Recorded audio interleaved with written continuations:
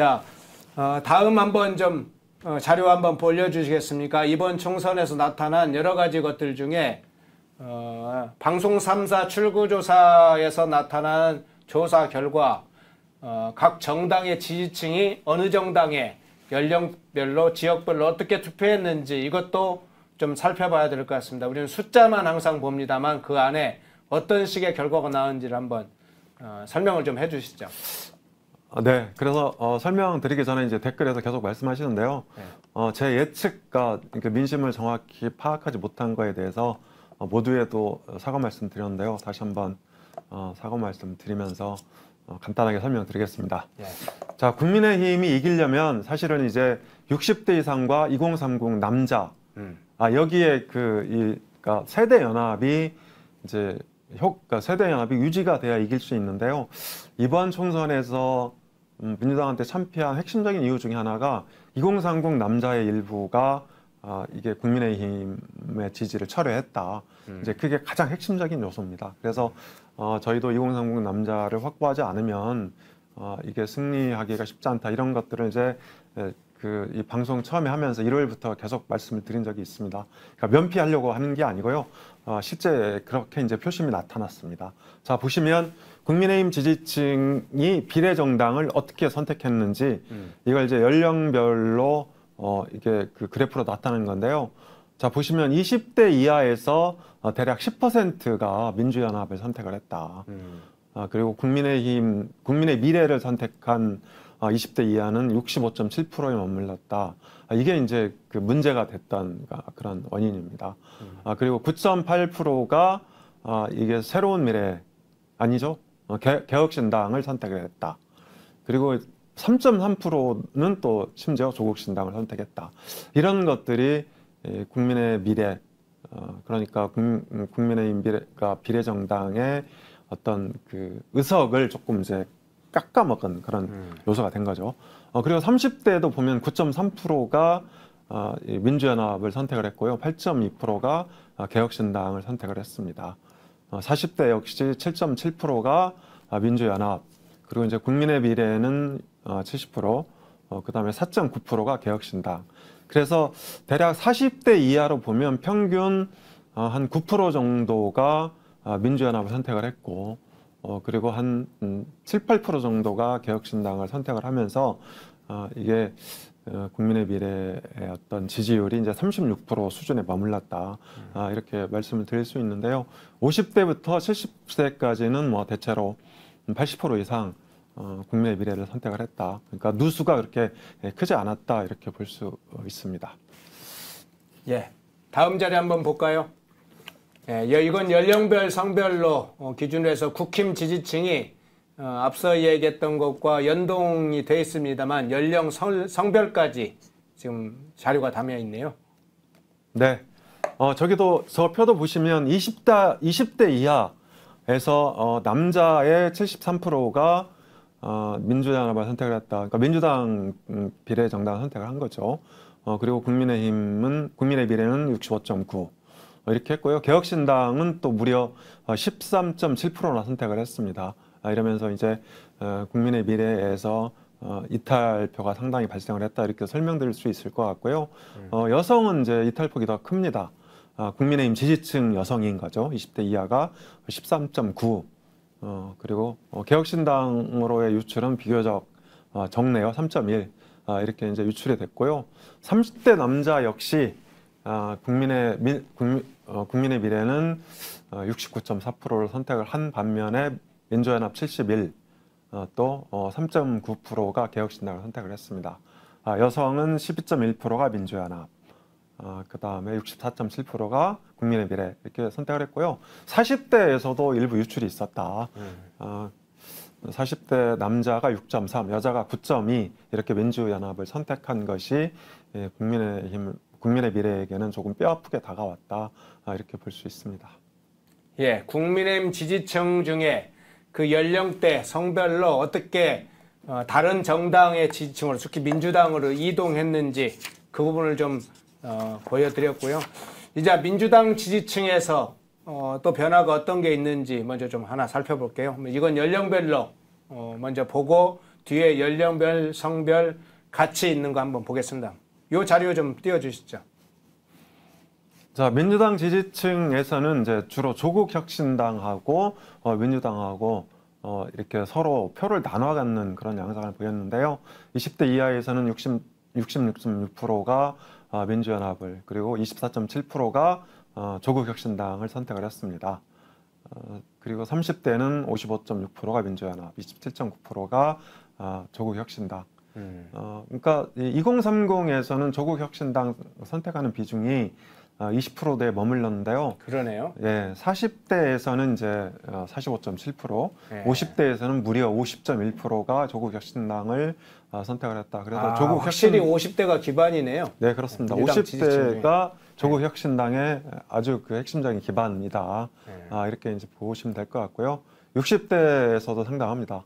민주당은 47.3%에 머문 반면에 조국혁신당은 41.8%를 선택을 했다. 이렇게 보시면 됩니다. 예. 자, 성별 포함된 자료 한번 더 볼까요? 예. 네. 그 부분만 조금 키워주시겠습니까? 전체 화면으로. 예. 네, 성별로 보면 조국혁신당에 대해서는 주로 그러니까 남녀가 이제 골고루 이렇게 조국혁신당을 선택을 했다 이렇게 보시면 되는데요. 20대 이하에서는 남자가 민주연합 51.2, 여자가 65.6, 여성 비율이 이제 민주당을 더 지지하고 있는 게 눈에 띄는 부분이죠. 그리고 30대도 여자가 민주연합을 59.6% 이렇게 지지하고 있고요. 30대 남자는 조국혁신당이 조금 많습니다. 30.5 이렇게 이제 보시면 되는데 50대에서는 이게 50대, 40대 이쪽에서는 주로 이제 여성이 조국혁신당 지지폭이 좀 늘어납니다. 50대가 좀 그렇네요. 예. 50대가 좀 그렇고 그리고 60대 이상에서는 다시 민주당 쪽이 조금 강세를 보이는 그런 현상이 나타나고 있습니다. 예. 역시 40대, 50대 연령 그리고 남녀 층에서도 볼 때 여성층이 상당히 더 특히 50대에서는 민주당 지지층 중에 조국혁신당 쪽으로 빨려간 그 층들이 50대 여성, 50대 남성, 여성, 남성은 아주 뭐 더 많네요, 많기는. 층이 상당히 강하군요. 50대 남성들 중에 뭐 그런 분석도 있지 않습니까? 사실 엘리트 좌파라고 불리는 상당히 고학력 층들이 민주당 지지자 중에 고학력 층들이 조국혁신당 쪽에 상당히 기반이다. 뭐 그런 얘기도 있어요. 그렇습니다. 이를테면 강남 좌파가 네. 이제 조국혁신당의 지지층을 형성하고 있다 이렇게 볼 수 있습니다. 네. 자, 다음 문제를 한번 제가 여쭤볼게요.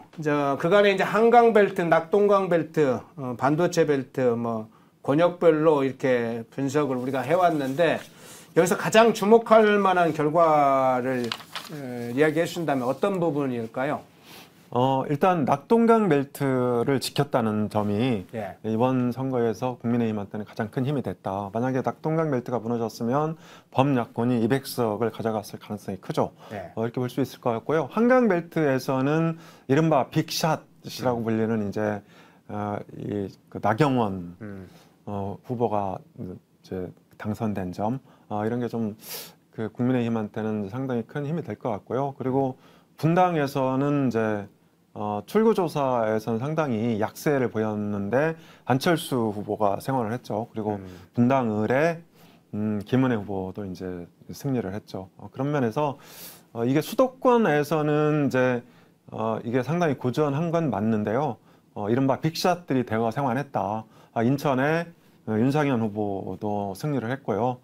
또 패배한 지역도 근소한 표차로 접전을 벌이다가 그러니까 졌는데요. 이런 부분은 이제 우리가 지금까지 살펴본 2030 남성의 일부 이탈 이런 것들이 패배로 이어졌다. 그래서 이런데 우리가 교훈을 잘 삼으면 아마 다가올 지방선거나 대선 총선에서는 상당히 큰 어떤 반전을 꾀할 수도 있다 이렇게 생각을 합니다. 예. 아까 자료 중에 좀 뒤에 자료를 다시 한번 좀 보여주시겠어요? 예. 좀 설명을 하다 이 부분은 빠뜨렸는데 연령대별 지역구 후보 선택도 있네요. 네, 그렇습니다. 사실은 이제 저 표에 그림에 국민의힘이 왜 졌는지가 들어가 있다 이렇게 보실 수 있습니다. 그러니까 20대 이하에서는 대개 한 5.5대 5, 4.5대 또는 5.5. 그러니까 5.5가 민주당, 국민의힘이 4.5 이렇게 나와야 되는 거거든요. 그런데 저기 보시면 6대 4 이상으로 격차가 벌어졌다. 이런 점이 이제 핵심적인 패인 중에 하나다. 이렇게 보시면 됩니다. 그래서 이 20대 이하 남자 중에 일부도 민주당을 선택했다. 이렇게 이제 그 추론이 되는 거거든요. 또 30대에서는 52.8대 41.9. 그러니까 다소 격차가 줄어든 부분이 있는 거죠. 그래서 30대의 어떤 표심 때문에 국민의힘 지역구 후보들이 선전할 수 있었다 이렇게 평가할 수 있을 것 같습니다. 그리고 40대와 50대에서는 여전히 민주당 강세 지역이 그대로 나타났고요. 다만 50대에서도 저희가 5.5대 4.5 정도로 선전을 기대했는데 이보다는 조금 더 밀렸다 이렇게 볼 수 있을 것 같습니다. 그리고 60대 70대 이상에서는 예상대로 국민의힘이 압도적인 지지를 얻었다 이렇게 설명이 됩니다. 예. 자, 다음 자료 있나요? 이게 마지막 자료인가요? 다른 자료 있나요? 네, 또 있습니다. 네, 자료 있습니까? 한번 보겠습니다. 자, 여기도 이제 아주 핵심적인 지표인데요. 20대 이하 남자에서 20대는 그나마 이게 46.4가 민주당, 47.9가 국민의힘. 그러니까 조금 선전을 했는데요. 사실 저기서 20대 이하에서 국민의힘이 한 최소 6대 4 정도로 앞서고 있어야 된다. 예. 그럼에도 불구하고 20대 남자의 표심을 지난 대선과 지방선거에 비해서 상당히 많이 잃었다 이렇게 평가할 수 있습니다. 20대 이하 여성의 경우는 민주당이 거의 70%나 되죠. 그리고 국민의힘이 25.3%에 그쳤다. 이제 저런 게 굉장히 중요한 지표인 겁니다. 30대 같은 경우에도 민주당이 46.6, 민주당이 48, 국민의힘이 48. 그래서 2%포인트밖에 차이가 안 납니다. 30대 남자에서도 최소한 국민의힘이 6대 4 정도로 앞서야 우리가 이제 이 뭐 기타 선거 앞으로도 마찬가지거든요. 모든 선거에서 2030 남자의 지지를 최소한 6대 4 정도는 확보를 해야 된다. 그래야 우리가 해볼만 하다고 볼 수 있습니다. 그런데 이번 정부 들어서 2030 남자의 국민의힘 이탈이 여전히 계속되고 있다 이렇게 볼 수 있습니다. 예. 40대, 50대는 뭐 되게 이제 유사한 어떤 그림을 그리고 있고요. 60대, 70대도 마찬가지라고 볼 수 있습니다. 예. 마지막 자료 두 개의 자료 보겠습니다. 연령대별 그리고 성별 포함해서 비례정당은 어떻게 어느 정당을 지지했는지 그 자료 한번 보시죠. 네, 20대에서도 국민의힘이 얻은 지지는 23.7%에 그쳤다. 그러니까 득표 지수가 대략 한 40% 정도 나와야 되는데 상당히 많이 유출이 된 거죠. 그러니까 20대에서는 민주연합으로 거의 40%가 흘러갔고요. 그 다음에 개혁신당으로 10%, 조국혁신당으로도 18%나 갔다. 이런 것들이 이제 상당히 치명적인 선거 결과로 이어진 겁니다. 30대에서도 마찬가지인데요. 민주당 쪽에는 이제 33.6, 그리고 국민의힘은 이제 24.7%에 그친 점, 저 지점이 굉장히 아쉽습니다. 대체로 한 40% 정도가 유지돼야 되는 그런 상황인데요. 거의 반토막 수준으로 떨어진 거죠. 그 다음에 개혁신당 6.5. 그리고 조국혁신당이 처음에는 2030 지지율이 없었는데 선거가 임박하면서 상당히 지지율이 높아졌어요. 30대는 23.4%나 된다. 이렇게 말씀드릴 수 있고요. 40대, 50대에서는 이제 조국혁신당이 거의 1위를 차지한 그런 이제 양상을 보여주고 있죠. 60대, 70대 뭐 이쪽에서는 예상대로 지지율이 나왔다. 다만 60대의 경우도 조국혁신당으로 21.6%나 유출이 되면서 국민의 미래가 50%를 얻지 못한 점, 저 지점도 뼈아픈 대목이라고 할 수 있습니다. 네. 마지막으로는 성별 기준으로 봤을 때, 연령대 성별 기준으로 봤을 때 비례정당 결과가 어떻게 나왔는지 한번 살펴보겠습니다. 네. 성별로도 마찬가지인데요. 20대에서는 남자가 국민의힘 31.5, 그러니까 남자 국민의힘 31.5%는 상당히 그러니까 많은 지지를 받은 편인데요. 이게 개혁신당 쪽으로 16.7%나 흘러간 겁니다. 그러니까 만약에 저 수치를 이 국민의힘하고 합치게 되면 거의 50%에 육박하는 거잖아요. 그래서 이게 그 국민의힘 지지층 2030에서도 국민의힘 지지층의 분열 요소들이 지금 많이 나타나고 있다. 그러니까 저런 부분들을 빨리 정리하지 않으면 국민의힘이 향후 선거에서도 상당한 어려움을 겪을 가능성이 있습니다. 30대에서도 마찬가지인데요. 국민의 미래가 29.3, 그리고 개혁신당으로 유출된 지지율이 거의 10%다. 이런 점이 이제 뼈아프게 이번 선거 결과로 이어졌다. 이렇게 볼 수 있을 것 같습니다. 다만 60대 이상에서는 상당한 지지율을 유지를 했는데 60대 남자가 요즘 조금 흔들리는 것 같아요. 예, 60대 초반이 특히 그렇다고 그러죠? 네, 그렇습니다. 46.9%에 그쳤고 이 조국 혁신당과 민주당을 합치면 거의 이제 국민의 미래와 맞먹는 지지율을 그러네요. 보여주고 합산하니까 있는 거죠. 41.6이네요. 네, 그래서 60대 초반이 흔들리고 있기 때문에 국민의힘이 앞으로 선거에 선전하기 위해서는 2030 남자에 대한 대책을 서둘러서 수립을 해야 되고, 그리고 분열 요소들이 있지 않습니까? 네. 개혁신당이나 자유통일당이나 이런 부분들에 대해서 어떻게 대응해야 될지 이런 것들을 조금 이렇게 대안을 만들어 놔야 된다, 그렇게 생각이 됩니다. 네. 자, 우선 총선 결과에 나타난 여러 가지 분석. 정말 저렇게 상세하게 사실은 이제 방송에서 분석하는 곳은 없을 거예요. 주로는 이제 의석수 가지고 뭐 결과가 어떻다, 뭐 그러니까 구체적으로 세대별 연령별로 표심이 어떻게 나타나고 그것이 어떻게 변화하고 있는지, 지난 대선과 지방선거와 이번 총선에서 세대별 연령별로 어떻게 변화가 이루어진지, 투표의 결과가 그것을 말해주고 있는지, 그러면 어떻게 전략을 짜야 되는지, 이 부분을 저렇게 이제 구체적 자료를 가지고 데이터를 가지고 분석하는 데는 없을 텐데, 저희는 처음부터 이 분석을 시작할 때 아주 구체적인 데이터를 가지고 이야기를 했습니다. 그래서 선거 전략을 짤 때 어떤 부분에 가장 집중을 해야 된다. 2월 달에 집중적으로 엄 소장님이 이야기한 건 2030에 완전히 올인해야 된다. 2030 특히 남성에게 올인하지 않으면 선거에서 어렵다. 이걸 계속 반복을 했어요. 그래서 2030 문제를 남성 문제를 해결해야 된다고 했는데, 자, 어쨌든 이 총선 결과 분석하고 지금 우리 엄 소장님께서 그간에 예측하신 지역구 의석수하고 적중하진 않았습니다. 왜 그런 문제가 일단 발생했다고 보시는지 그 부분을 좀 이야기해 주시죠. 네, 지역구 의석 예측이 이제 많이 틀렸는데요. 그러니까 틀린 거에 대해서는 이제 아무튼 그러니까 제 잘못입니다. 100%. 틀렸는데 이게 사실 보수 결집이 막판에 보수 결집 움직임이 있었어요.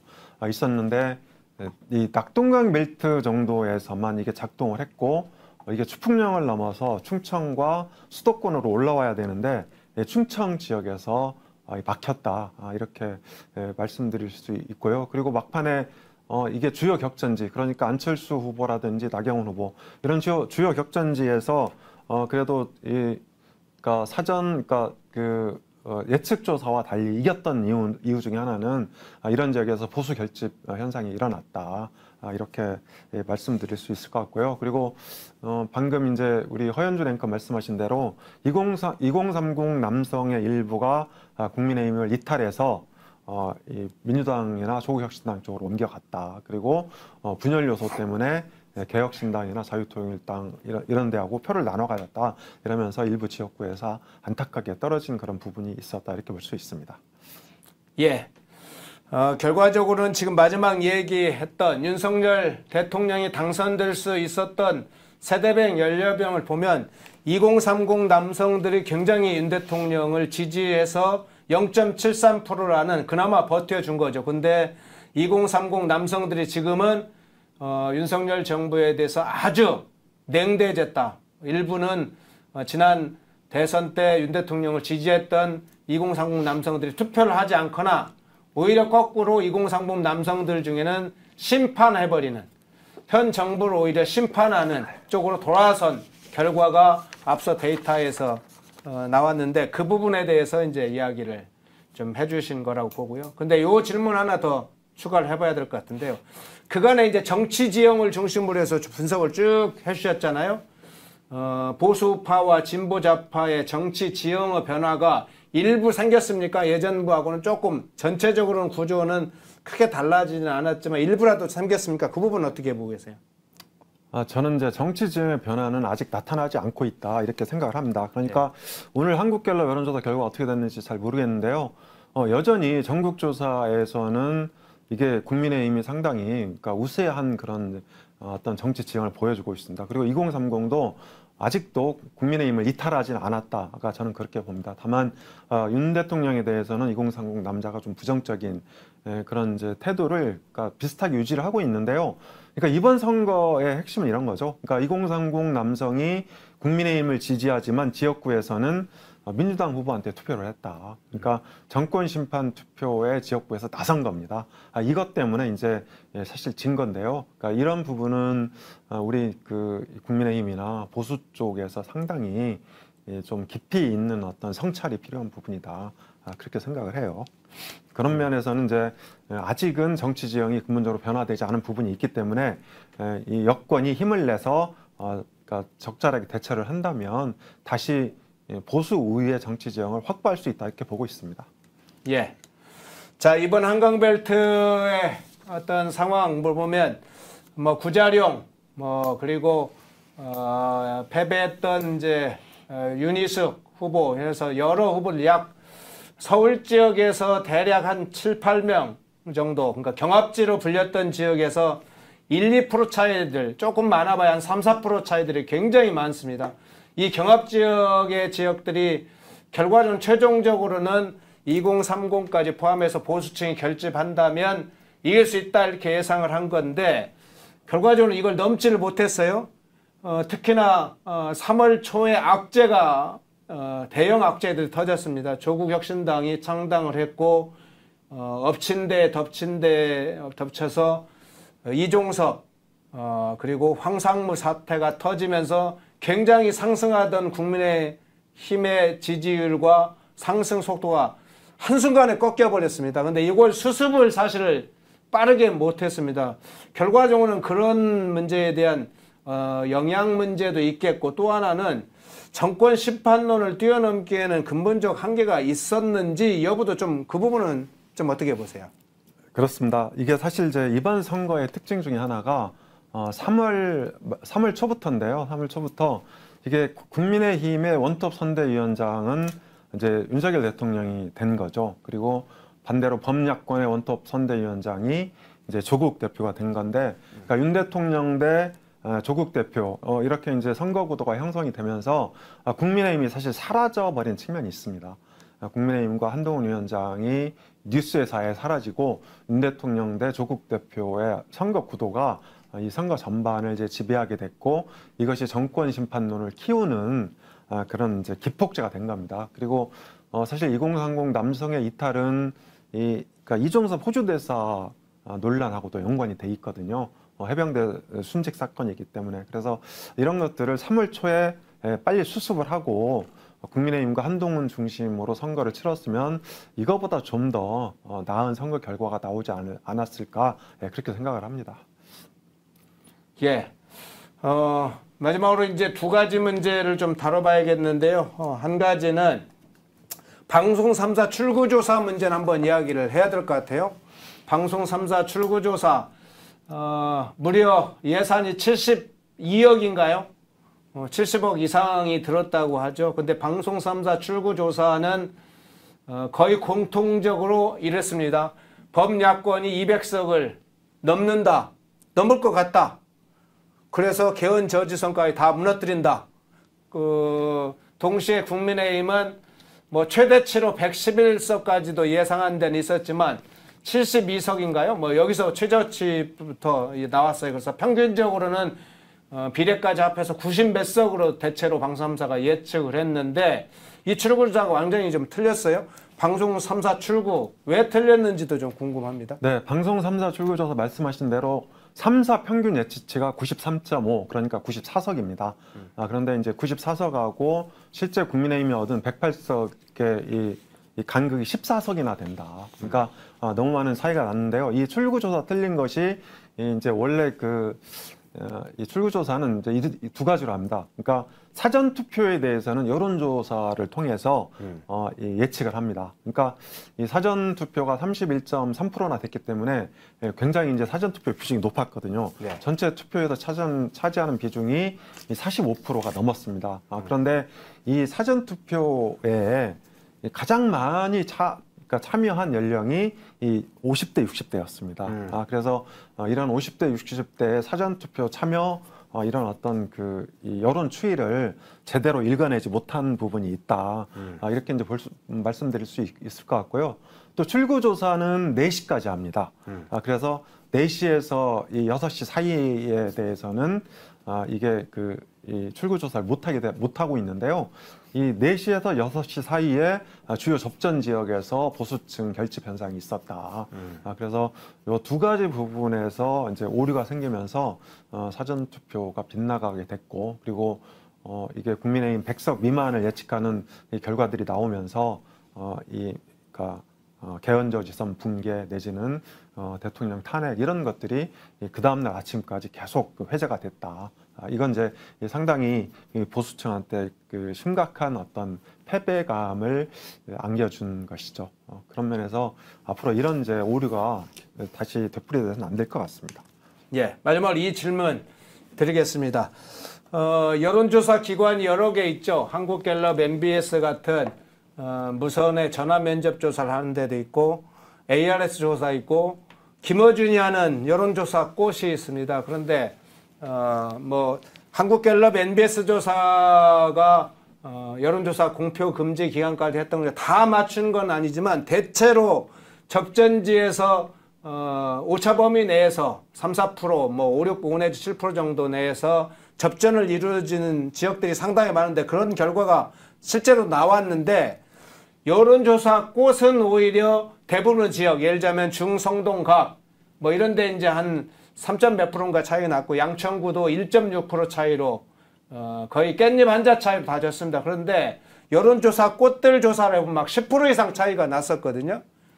그래서 진보의 과표제 미 문제를 제기를 하셨었는데 이 문제는 여전히 남는 과제라고 볼 수 있죠. 네, 그렇습니다. 저희가 한 중간쯤에 한국경제와 PMI 여론조사 결과를 이렇게 인용해서 설명을 드리면서 이게 한국경제와 PMI 조사가 상당히 신빙성이 있다 이렇게 설명을 드렸는데요. 예를 들어서 하남갑, 그러니까 이용 후보, 네. 추미애 후보가 맞붙은 하남갑에서는 실제 개표도 새벽까지 엎치락뒤치락하면서 간신히 거의 한 500표 차이로 이제 추미애 후보가 됐는데요. 한강벨트 대부분의 지역에서 그런 접전을 펼쳤습니다. 다만 이제 국민의힘 후보들이 한 2, 3%포인트 차이로 많이 이제 진 측면은 있는데 이런 것들을 오히려 정확하게 예측한 것은 여론조사 꽃이 아니고 한국경제 PMI 방식이었다.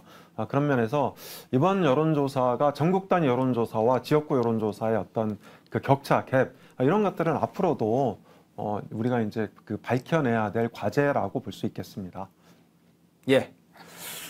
우리 염경 소장님께서 총선 결과 그 안에 담겨 있는 성별, 연령별 어떻게 각 정당의 지지층이 비례정당까지 투표를 했는지, 그리고 한강벨트, 낙동강벨트 특징, 그리고 그에 따른 어떤 민심의 결과, 또 의석수 예측에 대해서 빗나간 엄 소장님께서 이제 그 부분에서 예측하지 못한 부분에 사과 얘기도 했는데, 마지막으로 저는 이야기를 하고 싶어요. 그리고 마지막으로 지금 못한 얘기를 우리 엄 소장님께서 메시지를 전하고 싶은 얘기가 있으면 얘기해 주면 되는데, 저는 이제 보수의 이런 여론조사라든가 예측이 빗나갈 수 있죠. 그런데 엄 소장님처럼 예측이 빗나갈 경우에 빗나간 것에 대해서 사과를 하고 그 부분이 빗나간 이유에 대해서는 어떤 부분을 이렇게 예측했는데 그 부분이 이런 것이 달성되지 못했다. 이런 것을 설명을 합니다. 그런데 좌파는 어떻게 합니까? 결과가 다르게 나오면 그것에 인정을 하지 않습니다. 사법 리스크가 대표적이죠. 1심, 2심 유죄가 나와도 검찰의 정치 보복이라고 주장하는 게죠. 그래서 보수의 품격이 있는 것이죠. 우리가 어떤 것에 평가하고 예측할 때 어떻게 신처럼 100% 맞출 수 있겠습니까? 틀릴 수 있고 그렇습니다. 그런데 저는 어제 이제 어떤 분들과 이야기를 하면서 엄경윤 소장의 예측이 실질적으로 이번 선거에서 국민의힘 또는 보수층에 해악을 끼친 게 있느냐? 예를 들자면 그렇게 예측했다고 해서 무슨 윤석열 이번 총선에서 패한 것이 엄 소장님의 예측 때문에 그런 것이냐? 오히려 제가 볼 땐 실질적으로는 흔들리거나 투표를 포기하려고 했던 많은 보수층들이 용기를 얻고 해볼 만하다, 할 수 있다, 투표하면 바꿀 수 있다 해서 하면 할 수 있다는 것으로 해서 투표에 참여하게 했다고 하는 것이 더 긍정적 요소가 있다고 봅니다. 예측은 틀렸으나, 그래서 예측은 틀렸으니까 냉정하게 평가하고 성찰은 하겠으나 그게 이번 총선에서 패배하는데 엄 소장님이 예를 들면 160, 170석 예상한 게 마지막에는 물론 이제 한 150석 예상을 했습니다만은 그것 때문에 실질적 해악이 발생한 건 아닙니다. 오히려 저는 그것은 구분해야 된다고 저는 생각을 합니다. 그래서 여러 이거 시청자분들도 그런 부분을 함께 평가해 주시고 해 주시기를 바랍니다. 예, 마지막으로 우리 엄 소장님은 좀 여러 가지로 이번 선거 분석할 때 굉장히 많은 분석을 했고 많은 데이터를 찾아주셨는데 너무 감사드리고 마지막 전할 메시지 있으면 해주시고요. 다음 주 금요일에는 또 여론 동향하고 또 여러 이슈들을 함께 해주셨으면 좋겠어요. 네. 그래서 같이 힘내시고 또 새로운 준비를 해줬으면 좋겠습니다. 예, 네. 마지막 메시지 듣겠습니다. 네. 예측이 틀린 건 틀린 거죠. 그 점은 쿨하게 인정합니다. 네. 그러니까 제가 모자라서 틀린 거고요. 그리고 사실 이제 그 투표날 그제부터죠. 그제 저녁 어제 또 오늘까지 이런저런 이제 방송 유튜브 출연 일정이 있는데요. 사실 이제 이럴 때는 대략 난감가 이렇게 제 심정을 설명드릴 수 있습니다. 그래도 그렇긴 하지만 또 그 예정된 일정을 이제 다시 제 임의대로 깰 수는 없으니까 저는 또 나가서 제 심정을 솔직히 말씀드리고 또 사과도 하고 뭐 이렇게 했거든요. 그래서 이제 그런 일이 몇 번 있었는데 심지어 어제 아침에 국회 방송에서 1시간 반 동안 이제 토론 그 선거 평가 방송이 있었는데요. 이게 그 처음부터 저한테 질문하는 게 엄 소장만 틀렸다고 하면서 예. 그래서 그때도 사과를 했습니다. 아무튼 앞으로 잘 준비해서 앞으로는 틀리지 않도록 열심히 준비하겠습니다. 그동안 그 우리 방송 시청해주신 시청자 여러분 진심으로 감사드립니다. 예. 우리 시청자 여러분들 중에도 막 계속 반복적으로 비판하는 사람들인데 여러분들은 뭐 이준석이 당선될 걸로 생각을 했습니까? 이준석 초반에는 다 당선이 어렵다고 얘기를 했으니까 예측이 틀릴 수 있죠. 그런데 변화될 수도 있는 것이죠. 상황이 공영훈 사건이 터지리라고 예상을 했던 분들이 1월 초에 있었습니까? 공영훈 후보가 예를 들면 된 이후로 뭐 여러 가지 이런 변수가 있으니까 그런 부분들도 함께 서로 살피면서 응원해 주시고 함께 해 주시면 좋겠습니다. 엄경윤 소장님, 다음 주 금요일 날 또 뵙겠습니다. 감사합니다. 예, 고맙습니다.